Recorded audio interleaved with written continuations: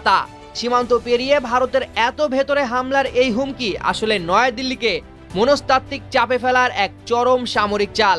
পাকিস্তানের এই প্রতিরক্ষা মন্ত্রী স্পষ্ট জানিয়ে দিয়েছেন, দুই পারমাণবিক রাষ্ট্রের মধ্যে সীমিত যুদ্ধের ধারণা একেবারেই অবাস্তব। পাকিস্তান শান্তি চাইলেও সার্বভৌমত্ব রক্ষায় তাদের প্রতিক্রিয়া হবে অত্যন্ত দ্রুত ও চূড়ান্ত।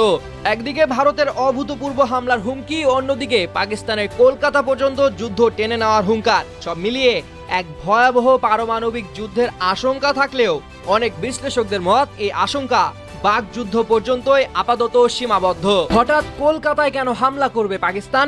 ইরান যুদ্ধের পর এবার যোগ হচ্ছে ভারত পাকিস্তান যুদ্ধ। কেন হঠাৎ রেগে গেলেন পাকিস্তানের মন্ত্রী? মধ্যপ্রাচ্যে যখন যুক্তরাষ্ট্র ও ইরানের যুদ্ধের দামামা বাজছে, ঠিক তখনই দক্ষিণ এশিয়ায় দুই চিরবৈরী ও পারমাণবিক শক্তিধর রাষ্ট্রের মধ্যে নতুন করে উত্তেজনার পারদ চরমে পৌঁছেছে। আর ঠিক এই হুমকির জবাব দিতে গিয়ে বিস্ফোরক মন্তব্য করে বসেছেন পাকিস্তানের প্রতিরক্ষা মন্ত্রী খাজা আসিফ। তিনি সরাসরি ভারতের দিকে ফলস ফ্ল্যাগ বা ভুয়া অভিযানের ভয়ঙ্কর অভিযোগ তুলেছেন। তার দাবি, ভারত নিজেদের লোক বা বন্দীদের ব্যবহার করে একটি সাজানো হামলা চালিয়ে তার দায় পাকিস্তানের উপর চাপানোর গভীর ছক কষছে।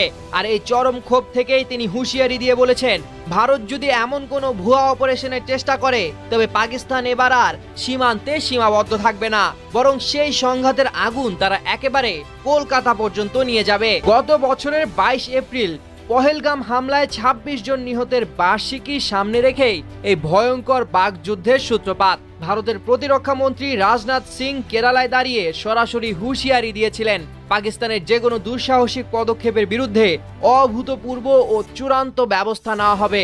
তিনি অত্যন্ত দম্ভ ভরে স্মরণ করিয়ে দেন অপারেশন সিন্দুরের কথা, যেখানে ভারতীয় বাহিনী মাত্র 22 মিনিটে পাকিস্তানকে নতজানু করে দিয়েছিল বলে তার দাবি।